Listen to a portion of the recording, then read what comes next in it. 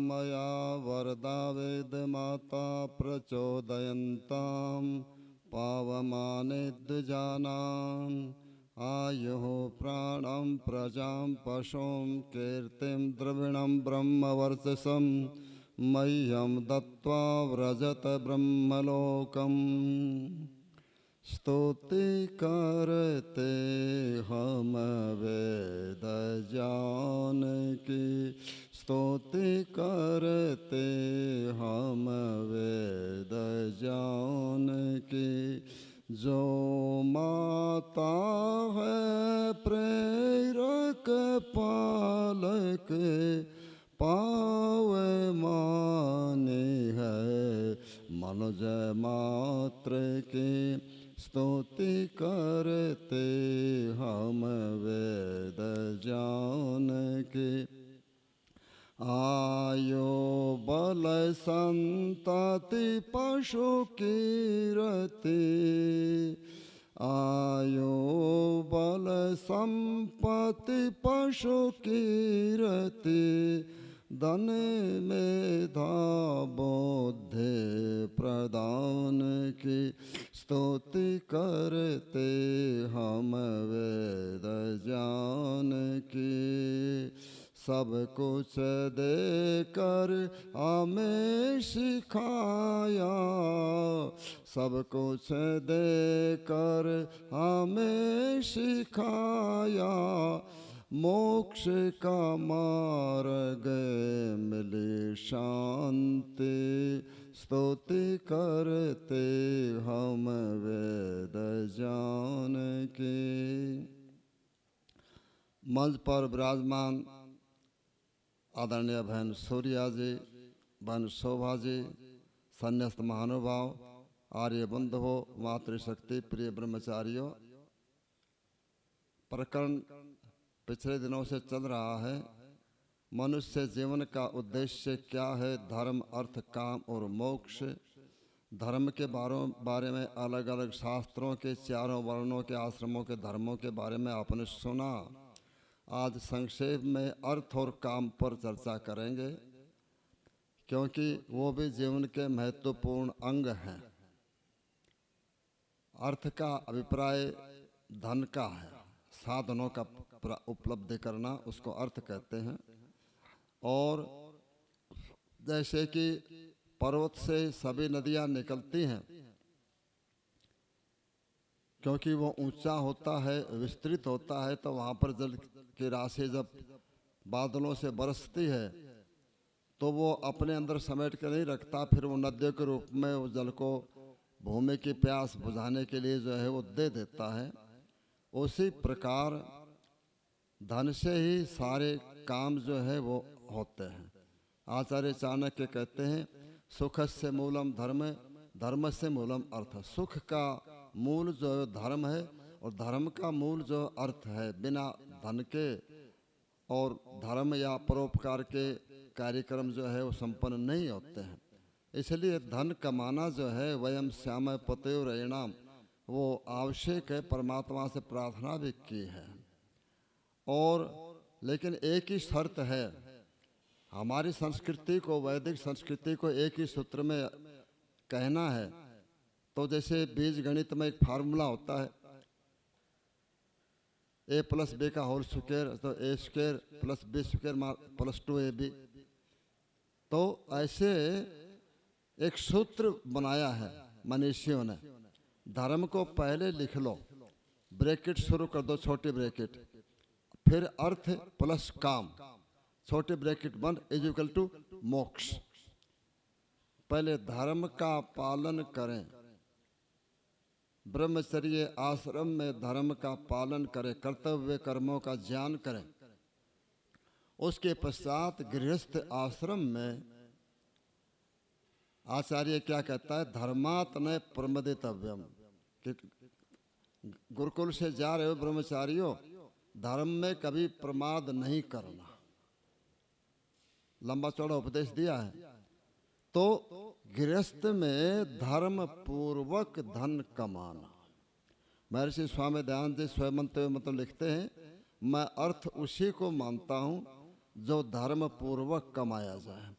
जो अधर्म का है, नंबर 2 का जो काली कमाई का धन है, वो अर्थ न होकर के और वो अनर्थ होता है। वेद का मंत्र कहता है एता एना व्याकरम खेलेगा वेष्टिता एवं। हे परमात्मा, क्योंकि एक शतम लक्ष्य में एक व्यक्ति सैकड़ों प्रकार की बुद्धियों को, धन कमाने की बुद्धियों को लेकर के पैदा हुआ है। तो कहा कि परमात्मा, मेरे पास में जो अनाप शनाप धन आ गया है, काली कमाई का आ गया है, पाप का कमाई है, तो एता एना व्याकरम खलेगा विष्टिता एवं। जिस प्रकार से सायंकाल को जब गाय आती है जंगल से चर करके, तो मालिक जो है वो दूध देने वाली गाय को अलग कर देता है, बछड़ों को अलग कर देता है, जो ब्याने वाली हैं उनको अलग कर देता है, और जो बैड़ी हैं यानी जो अभी से प्रसूता होने की स्थिति में नहीं है तो उनको अलग करता है। तो उसी प्रकार से मैं इन लक्ष्मियों को अलग अलग करता हूँ। रमनता पुण्या लक्ष्मी या पापिस्ता अनिनशन। जो पुण्य लक्ष्मी है, जो नंबर 1 की कमाई से मेरे पास में आई है, जो धर्म पूर्वक जिनका अर्जन किया, वही मेरे यहाँ पर रहे। या पापिस्ता अनिनशन, जो पाप से की कमाई है वो मेरे से दूर हो जाए। तो धन कमाना आवश्यक है, लेकिन धर्म पूर्वक कमाना और उसके साथ में उसका 4 कामों में उपयोग लेना। आजीवेभ्यो धनम प्राप्त चतुर्धा विभजेत बुधा। बुद्धिमान व्यक्ति आजीविका के जितने भी जो धर्म अनुसार साधन है उनसे धन को प्राप्त करके उनको 4 भागों में विभक्त करे। धर्मार्थाय कामाय आपद प्रशमनाय। पहला भाग जो है वो धर्म के कामों में विद्या, धर्म प्रकार, प्रचार, वेद विद्या इत्यादि का पढ़ना पढ़ाना, औषधालय, चिकित्सालय, गरीबों को देना, तो जिनके पास साधन नहीं उनको साधन देना, उन कामों में धन का प्रयोग करे पहला। और अर्थ कहते हैं जो धन आगे कुछ बढ़ोतरी पे हो, उससे कल कारखाने, फैक्ट्री, उद्योग और इस प्रकार के कोई रोजगार के साधन, जिससे कि आय का निरंतर साधन बना रहे, उस काम में उसका एक भाग लगाए। धर्मार्थाय कामाय। चौथा भाग, जो तीसरा भाग जो है वो जो गृह पत्नी को, घर की देवी को दे दे कि लो इसे भगवान, इससे घर का सारा कार्यक्रम चलाओ। और चौथा जो भाग रह गया उसको रिजर्व में रखे। आपद प्रशमनाय से, कभी अकाल पड़ जाता है, कभी मुक्तमा लग जाता है, कभी जो है राज्य में उपद्रव हो जाते हैं, कभी बीमारी हो जाती है, कभी शत्रुओं से मुकाबला हो जाता है, तो इनसे आपत्त कामों के लिए उसका चौथा भाग जो रिजर्व में रखे। उसके साथ में और भी बात कही है। चत्वारो धन दायादा धर्माग्नि नृपतस्करा तेसाम तेष्टाओ मानने त्रयस कुप्यंती बांधवा। धर्म के 4 अधिकारी हैं। पहला अधिकारी जो धन का है वो धर्म है, धर्म के कामों के अंदर लगा दिया जाए। और नहीं तो जब धर्म के कामों में नहीं लगाते हैं तो 3 जो बंधु हैं, राजा, अग्नि और तस्कर, ये कुपित होकर के उस व्यक्ति का धन जो है वो छीन लेते हैं। आचार्य चाणक्य कहते हैं दानम भोगो नाशस तीसरो गते भवंते वित्त से। दान, भोग और नाश, धन की 3 गतियां होती है। यो न ददाती न भुंगते तस्य तृतीया गते। जो अच्छे कामों में दान नहीं देता, जो परिवार के उन्नति के लिए खर्च नहीं करता, तो तीसरी गति उसकी नाश होता है। धन की प्राप्ति कैसे होती है? तो मनुष्य का कहना है 5 प्रकार से धन की प्राप्ति होती है। पहला, माता पिता का आशीर्वाद। माता पिता का आशीर्वाद लेना जरूरी है। उससे आपका मस्तिष्क संतुलन रहेगा, आपके मन में आत्मविश्वास बना रहेगा, उनके अनुभवों से आप लाभ उठाओगे। दूसरा, गुरु की कृपा। जहाँ से आपने टेक्निक सीखी है, जहाँ से आपने विद्या पढ़ी है, उनकी कृपा होगी तो आपको बहुत से रोजगार के साधनों का जो कैसे कमाना है वो आपको बतलाएंगे। तीसरा परमात्मा की जब कृपा होती है तब होता है। चौथा साधन जो है वो भाग्य प्रबल होता है, तब धन का योग अधिक होता है। महाभाष्य में, इस आयुर्वेद में बड़ी चर्चा हुई है ऋषियों की कि भाग्य प्रबल या पुरुषार्थ प्रबल। तो उन्होंने कहा कि भाग्य पहले जन्म के किए हुए कर्मों का नाम भाग्य है, और अब जो हम पुरुषार्थ कर रहे हैं वो आगे भाग्य में बदल जाएगा। यदि भाग्य प्रबल है, पुरुषार्थ कम है, तो जो भाग्य में है वो ही मिलेगा।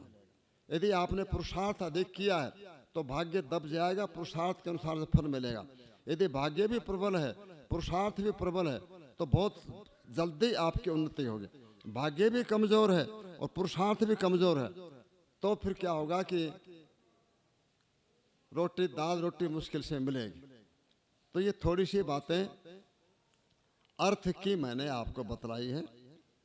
दूसरी जो बात है, तीसरा जो पुरुषार्थ है वो काम। काम किसको कहते हैं? आयुर्वेद कहता है स्त्री का पुरुष में, पुरुष का स्त्री में जो स्वाभाविक जो आकर्षण होता है उसको काम कहते हैं। ये आयुर्वेद क्योंकि शरीर शास्त्र का ग्रंथ है, इसलिए उसने एक सामान्य रूप से परिभाषा की है। दार्शनिक क्या कहते हैं, महाभारतकार क्या कहता है कि किसी वस्तु को देख करके, किसी वस्तु को छू करके, इंद्रियों से उसका ग्रहण करके जो आनंद की अनुभूति होती है और उसके प्रति जो अटैचमेंट आ जाता, आसक्ति बन जाती है, उसको काम कहते हैं। ये थोड़ी सी परिभाषा और विस्तृत हो गई। काम का मतलब केवल सेक्स ही नहीं है, जितने भी लौकिक विषय हैं, जितने भी पांचों इंद्रियों के विषय हैं, शब्द स्पर्श रूप रस गंध, वो सब काम के अंतर्गत आ जाते हैं। और ये आवश्यक है, क्योंकि मनुस्मृति कहती है कि अकामस्य क्रिया काचित दृष्टि नेव करिचित। बिना कामना के संसार में कोई भी काम जो है पदक होता है, कार्य होता है, हमने देखा नहीं है।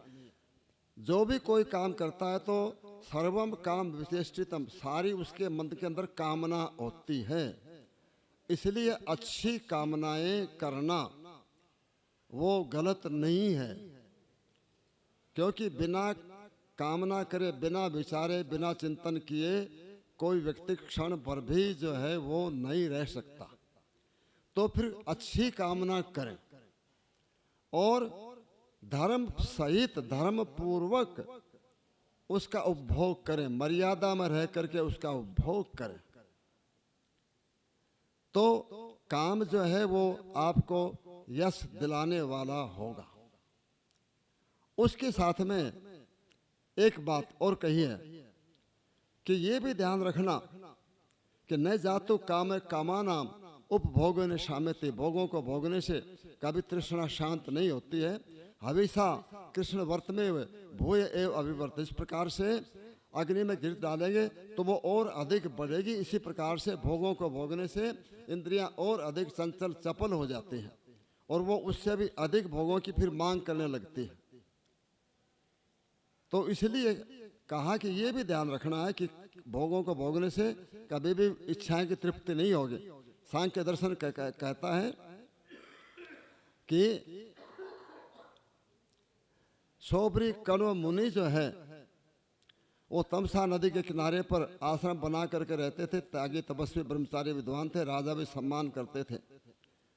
लेकिन व्यक्ति के चित्त में जन्म जन्मांतर के संस्कार पता नहीं कब प्रकट हो जाए। बसंत ऋतु का समय, प्रातःकाल स्नान करने के लिए नदी पर गए, भौरे बोल रहे हैं, कमलों में फूल खिले हुए हैं और ऋतुराज का आने से कामदेव अपने स्वरों के साथ जो है वो सब जगह वो सरसंधान कर रहा है। अब उसने देखा, जो ही कमंडल नीचे देखा, उठाया तो एक मछली का जोड़ा जो है वो नर मादा अपने बच्चों के साथ कभी इधर खेल रहे कभी उधर खेल रहे। अब उसके मन में विचार आके हो तो उससे तो ये मछली का जोड़ा ही अच्छा है, और मैं जंगल के अंदर जो है एक झोपड़ी बना करके, कुटिया बना करके रह रहा हूँ और चीर वलकल पहन रहा हूँ, कंदमूल खा करके निर्वाह कर रहा हूँ। मन के अंदर जो वासना का संस्कार था जन्म जन्मांतर का वो उदित हो गया। जैसे कि वर्षा कितनी भी हो, बथुए का बीज है या जो सर्दी में उगने वाले बीज हैं वो उसी समय में प्रकट होते हैं। जब उसका प्रकट होने का समय आ जाता है तो सोबरी कणो मुनि जैसे तैसे करके और गए स्नान करके। लेकिन अब तो त्याग तब तो खत्म हो गया। कुटिया में जाकर के झंडा झोली उठा करके राजा की ओर को चल पड़े, राजधानी की ओर। राजा को सूचना मिली तो कहा कि अच्छे ढंग से उनका स्वागत करो, मैं भी दर्शन करूंगा। अतिथिशाला में ठहरा दिया गया। राजा भेंट लेके उपस्थित हुआ और हाथ जोड़कर कहा कि मेरा सौभाग्य कि आप जैसे त्यागी तपस्वी विद्वान ऋषि मेरे राज्य में। बोलिए किस लिए आगमन हुआ? क्या दूध पीने के लिए गाय नहीं तो गायें भिजवाओ कि नहीं? तो क्या राक्षस लोग प्रवृत्ति या हिंसक जीव परेशान करते हैं तो उनके लिए सैनिकों को भेजो कि नहीं? तो क्या आज्ञा? मैं तो आपकी लड़की से शादी करने आया हूँ। अब राजा बहुत सका हो गया कि जिसका कि मैं और सारी प्रजा जो सम्मान करते हैं और वो आज विवाह की वो मांग कर रहा है मेरी लड़की के साथ में। खैर वो ब्रह्मचारी था, तपस्या लड़की भी होती थी, योग्य गुणकर स्वभाव से विवाह कर दिया। अब वहीं पर रहने लगे, महलों में रहने लगे। अब वो तिनकों की सैया के स्थान पर मखमल के गद्दों पर सोता है, सिर बलकर के समान पर रेशम के कपड़े पहनता है और कंदमूल के स्थान पर बढ़िया बढ़िया व्यंजन जो है खाता है। बच्चे भी हो गए, पत्नी भी सुंदर सुलक्षणी। लेकिन क्या वासना शांत हुई? नहीं हुई, और अधिक बढ़ती गई। और जब एक दिन जब शरीर शिथिल होने लगा तो उसको फिर ज्ञान हुआ। योग दर्शन में एक सूत्र है क्लिष्ट, उसका व्यास भाषा लिखा है क्लिष्ट प्रवाहे पतिता पे अक्लिष्टा बहुते। कभी जो क्लेश देने वाली वृत्तियां उनके अंदर भी कभी कभी वैराग्य की वृत्ति जो है, जो कल्याण वाली वृत्ति का प्रादुर्भाव हो जाता है। उसको फिर ज्ञान हुआ, ओहो तुम तो अपने लक्ष्य को छोड़ करके आ गए। फिर झंडा जोड़ी उठाया और राजपाट को, बच्चे को, पत्नी को, सबको तिलांजलि देते हुए एक श्लोक कह के चले गए। आमृत्यु तो नैव मनोरथा नामंतोस्ते विज्ञातमिदं मया दे। संसार के लोगों, आज मुझे पता लग गया कि सारी उम्र जो है व्यक्ति की इच्छाएं वासनाएं कभी पूर्ति नहीं होगी। मनोरथा शक्ति परस्य चित्तम न जायते वही परमार्थ संगी। जिसके मन में कामनाएं ये भी हो जाए, ये भी हो जाए, ये भी करूं, ये भी करूं, वो कभी आत्मा परमात्मा की चिंता नहीं करता। इसलिए ये कहा, गीता क्या कहते? धर्मार्थ विरुद्ध अविरुद्धो कामो। उसमें धर्म से अविरुद्ध काम हो, इसलिए मर्यादा में रह करके और हमें वस्तुओं का उपभोग करना है। एक प्रकरण महाभारत का कहकर के समाप्त करता हूं। ये वन पर्व का है और प्रसंग उस समय का है जब पांडव जो है पानी पीने के लिए तालाब में पहले सहदेव को भेजा, नकुल को भेजा। यक्ष का तालाब था, कोई इस प्रकार के थे उसमें, तो प्रश्नों के उत्तर नहीं दिए। चारों पांडव जो है बेहोश होकर गिर पड़े। अंत में युधिष्ठिर गया, जो ही वो देखा कि चारों भाई जो है बेसुध पड़े हैं, प्यास से प्राण सूख रहे थे, तो पहले पानी पी लूं फिर तलाश करूंगा क्या बात है। तब आवाज आई कि युधिष्ठिर पहले मेरे प्रश्नों का उत्तर दो, नहीं तो तुम्हारी भी स्थिति वही होगी जो तुम्हारे चारों भाइयों की। वो थोड़ा सा धैर्यशाली था कि बोलो। तो यक्ष ने बहुत से प्रश्न पूछे और ये एक प्रश्न पूछा अंतिम कि मेरा इस प्रश्न का उत्तर दो कि धर्मस्थ अर्थस्थ कामस्थ परस्पर में विरोधी न। धर्म, अर्थ और काम ये आपस में विरोध करने वाले हैं। धर्म कमाओगे तो धन नहीं आएगा। आप लोग घर परिवार वाले, बिजनेस वाले सब कुछ करते हो, कितना भी कमाओ, टैक्स इतना अधिक है कि दाल रोटी के सिवा कुछ बचेगा ही नहीं। तो धर्म करोगे तो धन नहीं आएगा, और धर्म करोगे तो अपने आप कैसे भोगोगे? वेद तो कहता है केव लागो बहुत केव लादी। अकेला खाने वाला पापी होता है, वो औरों को भी खिलाओ। तो युधिष्ठिर जी यक्ष कहते हैं कि इन चारों का धर्मार्थ काम और मोक्ष का जो है संगम कैसे हो सकता है? शास्त्रकार कहते हैं कि धर्म, अर्थ, काम और मोक्ष चारों की प्राप्ति करो। लेकिन ये धर्म और अर्थ और काम तो आपस में विरोधी हैं। मोक्ष तो बहुत आगे की बात है। युधिष्ठिर जी एक बात कहते हैं, वो बात कह के समाप्त करता हूं कि अक्षरात सुनो, यदा धर्मस्य भार्या से परस्पर वशानुगमौ, कि धर्म और धर्म पत्नी जब अनुकूल हो जाएं तो धर्म अर्थ काम और मोक्ष चारों की प्राप्ति होगी। क्योंकि धर्म पत्नी इसलिए कहते हैं पत्युर्नो यज्ञ संयोगे, कि धर्म का आचरण करने के लिए गृहस्थ आश्रम के जो पंच महायज्ञ हैं और जो देव धर्म के कर्तव्य हैं, उनके लिए आज हम गृहस्थ आश्रम को धारण करते हैं। तो धर्म और धर्म पत्नी दोनों जब यज्ञ करेंगे तो धर्म की प्राप्ति होगी, पुत्र उत्पन्न होगा, वो धन कमाएगा और आगे जाकर के फिर दोनों वानप्रस्थ में फिर मोक्ष का उपाय करेंगे। इसलिए धर्म और धर्म पत्नी को अपने अनुकूल बनाना है, तो हमें धर्म अर्थ काम और मोक्ष चारों की प्राप्ति होगी। अपनी बात को विराम देता हूं। ओम शांति।